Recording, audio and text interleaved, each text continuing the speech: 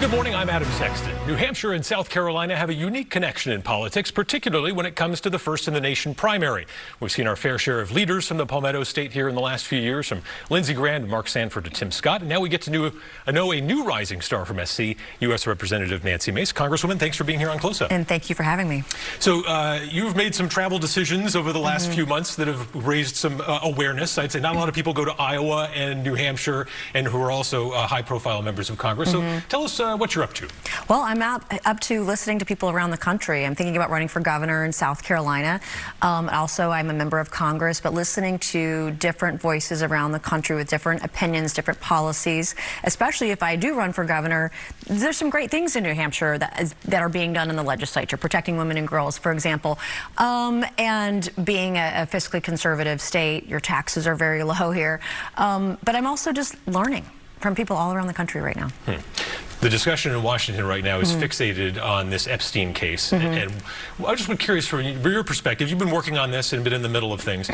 What is important to you that gets out to the American public? Should all of these files be released? Well, transparency. In fact, I voted in favor of releasing the Epstein files on the Oversight Committee the other day. But before we did that, I amended the motion to protect any potential victims, names that might be in the files, to redact also any child sexual abuse material that might be in the files. We want to make sure that we're thoughtful, that we are protective of victims. I myself am a survivor of rape and domestic violence, and so I have a keen sense of how we can move forward transparently and have some accountability, but also protect victims. And the other thing is too, is everyone in America, everyone in New Hampshire, everyone across the country, we're asking ourselves, if there were 1,000 kids trafficked, how is there only one accomplice? We know that more people had to have been involved. Who was involved? Who's covering it up?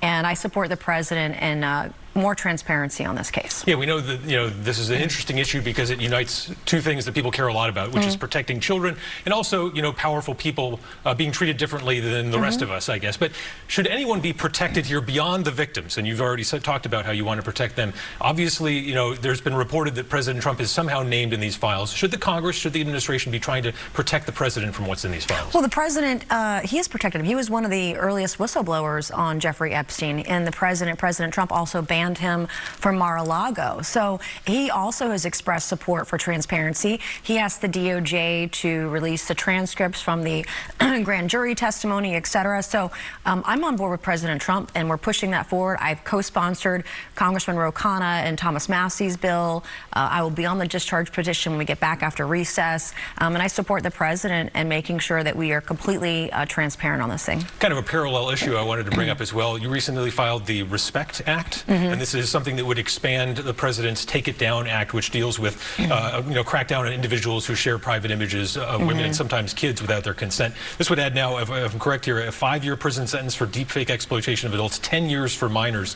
How do you draw the line on free speech on the internet versus making sure that the online world is not one that is completely abusive and destructive to women and children? Well, we're talking about sexually explicit material too, and I am a survivor and had a situation about 2 years ago where I learned that I was filmed without my knowledge, without my consent, and that there were dozens of women that were filmed. And so I learned very quickly that the Violence Against Women Act didn't actually do enough to protect women and their rights, particularly in this kind of a situation where there's the Take It Down Act or the RESPECT Act. We have a lot more to go, and it's not just on the criminal side. Like in South Carolina, if you are a peeping Tom, if your first offense is like a $500 fine. So we just have a long way to go. So on the criminal side, federally, we have to work on that, but also we have to create civil torts. So victims of this kind of thing, I believe, should be able to sue those who are doing this for this sexually explicit content that is deeply disturbing and traumatizing.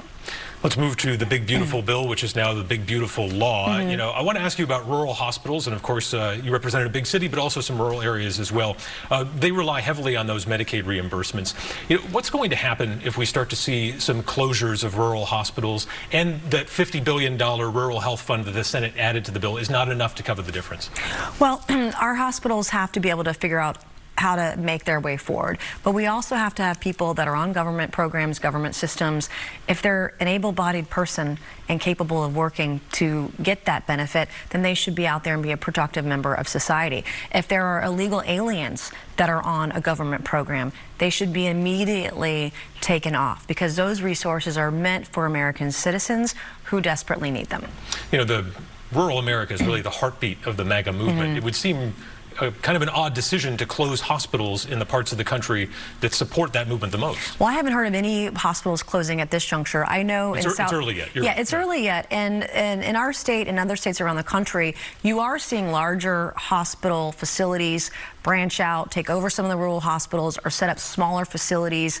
And in my estimation, when we have competition throughout the state, it's going to be better health care for everybody. So deregulating health care to the degree that we can, ensuring that we have more than one operator in a rural area. But I come from a state where we have 14 counties that don't have a single OBGYN doctor for women. So we've got to have more folks in the market, big and small. Yeah, and that's something that's been a big priority for you, is, you know, protecting women and girls. But on that OBGYN, the rural health care, we're seeing the same thing here. There's maternity care deserts. Women are having to drive 90 minutes just to see a doctor when they're pregnant.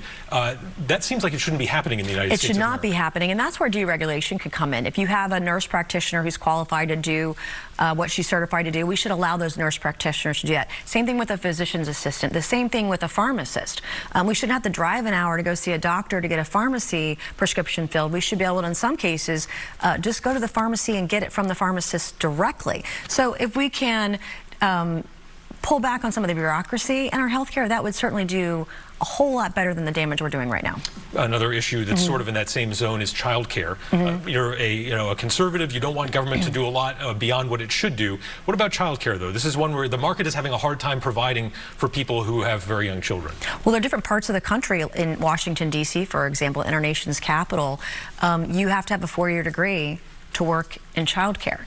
We have states where there is no reciprocity. If you were trained in New Hampshire and want to go to Maine and work in childcare, for example, and you were certified in one state but not in the other, many states don't have reciprocity with the other.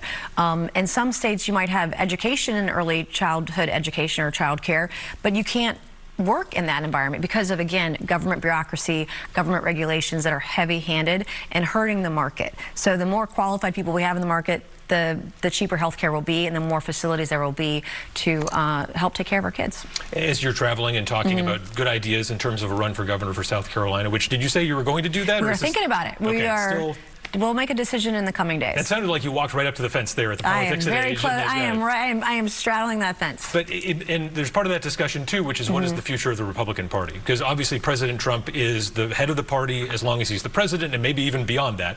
But what do you think the future of the party looks like after 2028? Well, it's embracing the policies of President Trump. What we saw this past election cycle was a mandate. There were independent thinkers, independent political folks that supported the president. There were conservatives, there was MAGA, there were traditional Republicans, there were conservatives, everybody across the gamut, and including some Democrats that supported the president. So making sure that we follow those policies that put our people and our country first is the best foot forward for the Republican Party. And we know that you're talking about the South Carolina governor run. Is there a possibility we see you running for president someday?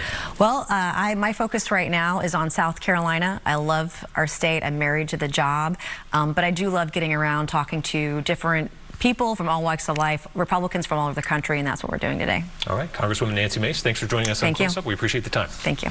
Okay, and we'll be right back with Christian Urrutia, one of the many Democrats looking to break from the pack in the 1st Congressional District here in New Hampshire. Stay with us.